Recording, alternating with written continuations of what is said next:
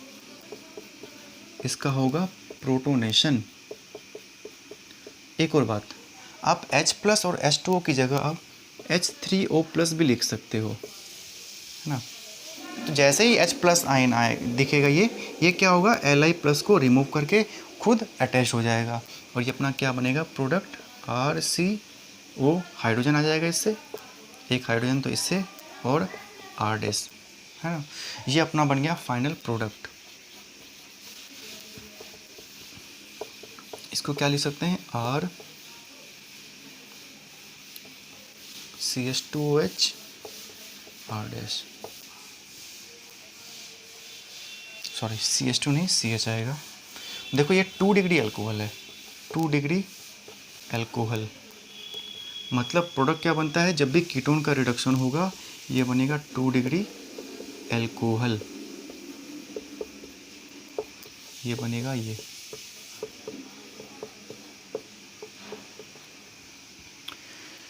जो hydrogen oxygen से attached है वो किससे आया है, ये वाला हाइड्रोजन जो है वो इसका है, प्रोटोनेशन से है, और कार्बन से जो अटैच हाइड्रोजन होगा वो आएगा लिथियम एल्युमिनियम हाइड्राइड से। तो इस तरीके से हम लोगों को इसकी मैकेनिज्म लिखनी है और आपको कुछ याद नहीं रखना है, जितने कीटोन्स दिखें उनको आप इसी तरह से रिड्यूस करना है। फिर से वापस एक बार रिवीजन करते हैं कि हमें क्या याद रखना है। सबसे पहले जहाँ हमें लिथियम एल्युमिनियम हाइड्राइड दिखेगा उसे तुरंत हम लोग क्या करेंगे, ब्रेक करेंगे Li+, AlS3 और H- में, है ना। जो स्टेबल हो चुका है उसे छोड़ देंगे। जो चार्ज फ्री चार्ज मूव करेंगे वो हमेशा क्या होंगे, अपोजिट चार्ज की तरफ अट्रैक्ट होंगे। Li+ है तो क्या होगा, इस कंपाउंड में रिएक्शन किसके साथ करवा रहे हैं हम लोग, कीटोन के साथ। तो कीटोन में हमेशा प्लस चार्ज क्या होगा, नेगेटिव की तरफ अट्रैक्ट होगा, और माइनस चार्ज जो है वो हमेशा पॉजिटिव की तरफ अट्रैक्ट होगा। अब ये चार्ज कहाँ से आया, देखो इलेक्ट्रोनेगेटिविटी डिफरेंस होने के कारण इस पर पार्सली नेगेटिव चार्ज, इस पर पार्सली पॉजिटिव चार्ज आता है ना। जैसे ही पॉजिटिव चार्ज आया तो H- अटैक करेगा, वही H- कहाँ से आएगा, लिथियम एल्यूमिनियम हाइड्राइड से, और अपना ये इंटरमीडिएट बन गया। सेकेंड स्टेप में क्या होगा, प्रोटोनेशन होगा और H+ आयन यहाँ से ऑक्सीजन के साथ ऐड होके अपना बन जाएगा 2 डिग्री अल्कोहल। तो यहाँ पे इस स्टेप में हमने क्या क्या देखा, मैकेनिज्म देखा और क्या बनेगा प्रोडक्ट, तो ये हमने सीख लिया। तो हम बोल सकते हैं कि कीटोन का जब भी हम रिडक्शन करेंगे तो अपना क्या बनने वाला है प्रोडक्ट, 2 डिग्री अल्कोहल। जब भी प्रोटोनेशन होगा, सॉरी जब भी रिडक्शन होगा कीटोन का तो अपने पास में प्रोडक्ट क्या आएगा, 2 डिग्री अल्कोहल। चलो ये हुई किसकी बात। नेक्स्ट टॉपिक है अपना रेट ऑफ रिएक्शन। देखो रेट ऑफ रिएक्शन का मतलब क्या है, इसको थोड़ा सा हम समझते हैं। रेट ऑफ रिएक्शन,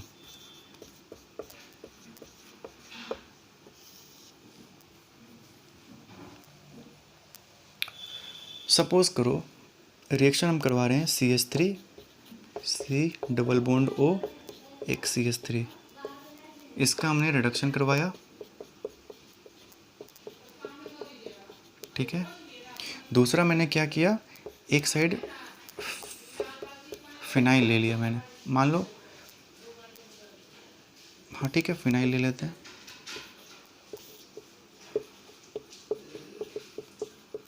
H+ और H2O, दोनों केस में क्या होगा, 2 डिग्री अल्कोहल बनेगा। लेकिन अगर आपसे पूछा जाए बताओ, एक तो ये रिएक्शन नंबर 1 और ये रिएक्शन नंबर 2, इन दोनों में से कौन सी रिएक्शन फास्ट होगी, कौन सी स्लो होगी, मतलब दोनों के केस में प्रोडक्ट किस केस में फास्ट बनेगा और किस केस में स्लो बनेगा, ये हमें रेट ऑफ रिएक्शन से समझ आएगा, है ना। देखो इस रिएक्शन में 2 स्टेप थी, पहला LiLH4 वाला, दूसरा H+ और H2O वाला। बच्चों ये वाला स्टेप जो होता है ये RDS बोलते हैं इसे, rate determining step, rate determining step. इसका मतलब क्या है, ये जो स्टेप है, मतलब जो पहला स्टेप था वो ही इस रिएक्शन की रेट को डिटरमाइन करेगा। ऐसा क्यों होगा, क्योंकि ये रिएक्शन, ये जो स्टेप है काफ़ी स्लो होता है, काफ़ी स्लो होने के कारण फर्स्ट स्टेप ही जो है वो रिएक्शन की रेट को डिटरमाइन करता है। सेकेंड स्टेप तो काफ़ी फास्ट होता है, ये प्रोटोनेशन जो है काफ़ी फास्ट होने के कारण जल्दी हो जाता है ये, है ना। तो देखो इसमें रेट ऑफ रिएक्शन दो चीज़ों पर डिपेंड करता है। रेट ऑफ रिएक्शन जो है वो rate of reaction depends upon पहला डेल्टा पॉजिटिव ऑन कार्बन। कौन सा कार्बन? ये वाला कार्बन। मतलब इस कार्बन पे कितना पॉजिटिव चार्ज है इस पे डिपेंड करेगा। मतलब जितना ज़्यादा पॉजिटिव चार्ज होगा उतना फास्ट यहाँ से H माइनस अटैक करेगा इस कार्बन पे, रिएक्शन उतनी फास्ट होगी। दूसरा, size of R and R dash. देखो यहाँ पे R और R डैश का मतलब क्या हुआ? जनरली कीटोन को हम लोग किस तरीके से लिखते हैं? इस तरीके से लिखते हैं। एक कार्बोनिल ग्रुप के दोनों तरफ जो R और R डैश है, मतलब हाइड्रोकार्बन है, इनके साइज़ पे डिपेंड करेगा। साइज़ जितना छोटा होगा रिएक्शन उतनी फास्ट होगी, है ना। साइज़ जितना छोटा होगा रिएक्शन उतनी फास्ट होगी। पॉजिटिव चार्ज जितना ज़्यादा होगा रिएक्शन उतनी फास्ट होगी। तो इसको हम कैसे लिख सकते हैं? देखो,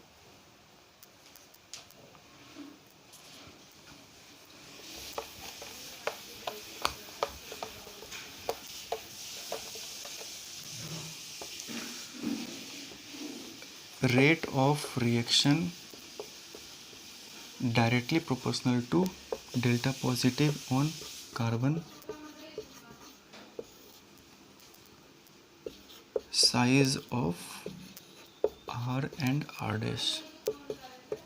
मतलब जितना ज़्यादा पॉजिटिव चार्ज होगा रेट ऑफ रिएक्शन उतनी फास्ट होगी, और साइज जितना कम होगा R और R डैश का रिएक्शन उतनी ही फास्ट होगी। अब देखो पहले केस में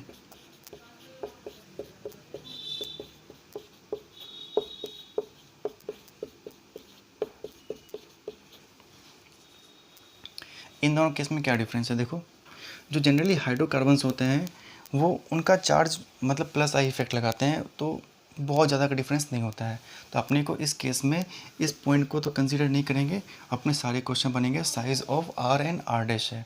देखो पहले केस में क्या है? मिथाइल ग्रुप है ये दोनों साइड। इस केस में क्या है? फिनाइल। फिनाइल क्या होता है? ये होता है फिनाइल। मतलब ये कुछ ऐसा स्ट्रक्चर बना हुआ है। बताओ इन दोनों में से ये R हुआ और ये R डैश हुआ। इस केस में ये R और ये R डैश। बताओ साइज़ किसका ज़्यादा है? इस केस में इसका साइज़ ज़्यादा है। मतलब साइज़ जितना कम होगा रिएक्शन उतनी फास्ट होगी। तो हम बोल सकते हैं कि इस केस में साइज़ इसका ज़्यादा होने के कारण इसकी रिएक्शन फास्ट होगी, है ना। इस तरीके से आगे हम लोग और भी क्वेश्चन कर सकते हैं। देख लें, इसे ध्यान समझें इस चीज़ को।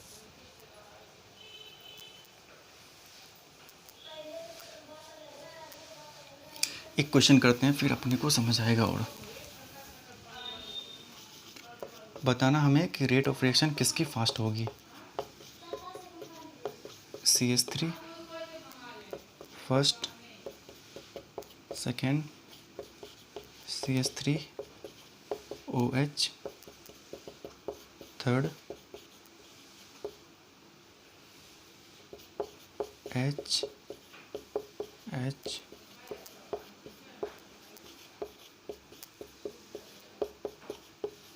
रिएक्शन किसकी ज़्यादा होगी? डायरेक्टली हम क्या करेंगे, जो साइज़ है इनके इसके अकॉर्डिंग डिसाइड करेंगे। साइज़ जितना कम होगा रिएक्शन उतनी फास्ट होगी। तो देखो यहाँ पे इन चारों में से सबसे छोटा ग्रुप कौन सा है? इसमें लगा हुआ है। तो मतलब रेट ऑफ रिएक्शन फर्स्ट सबसे ज़्यादा। उसके बाद देखो इस केस में सेकेंड में ये दोनों साइज़ छोटा है, सेकेंड। फिर फर्स्ट और फोर्थ में बताना हमें। देखो फिनाइल ग्रुप तो बड़े होते हैं, तो as compare to phenyl CH3 is smaller. तो क्या होगा? सॉरी, ये थर्ड है ना, अपना थर्ड होगा, थर्ड, सेकेंड, ये फर्स्ट, और फिर लास्ट में फोर्थ। ये हो गया अपना रेट ऑफ रिएक्शन। एक क्वेश्चन और करते हैं।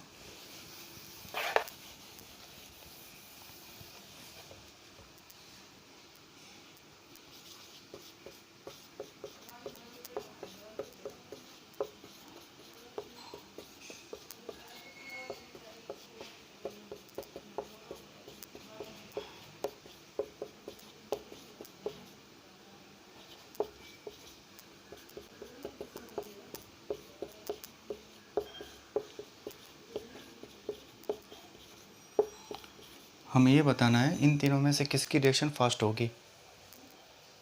देखो यहाँ पे, इस बार यहाँ पे चार्ज भी एक फैक्टर होगा। देखो ये वाला पार्ट सब में कॉमन है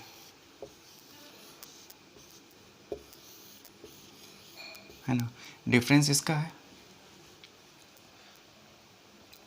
क्लोरीन जो है ये माइनस आई इफेक्ट लगाता है, मतलब इलेक्ट्रॉन्स को अपनी तरफ पुल करता है। इलेक्ट्रॉन्स पुल करेगा तो पॉजिटिव चार्ज क्या होगा, बढ़ेगा। तो जितने ज़्यादा इलेक्ट्रॉन्स होंगे पॉजिटिव चार्ज क्या होगा, उतना ज़्यादा होगा। देखो रेट ऑफ रिएक्शन जो है वो मैंने अभी लिखा ना, डेल्टा पॉजिटिव ऑन कार्बन के डायरेक्टली प्रोपोर्शनल और साइज़ के इन्वर्सली प्रोपोर्शनल होता है। ठीक है, इस केस में देखो चार्ज क्या होगा, थर्ड केस में चार्ज ज़्यादा होगा, दो क्लोरीन लगे हुए हैं, दोनों इलेक्ट्रॉन्स पुल करेंगे तो पॉजिटिव चार्ज बढ़ेगा।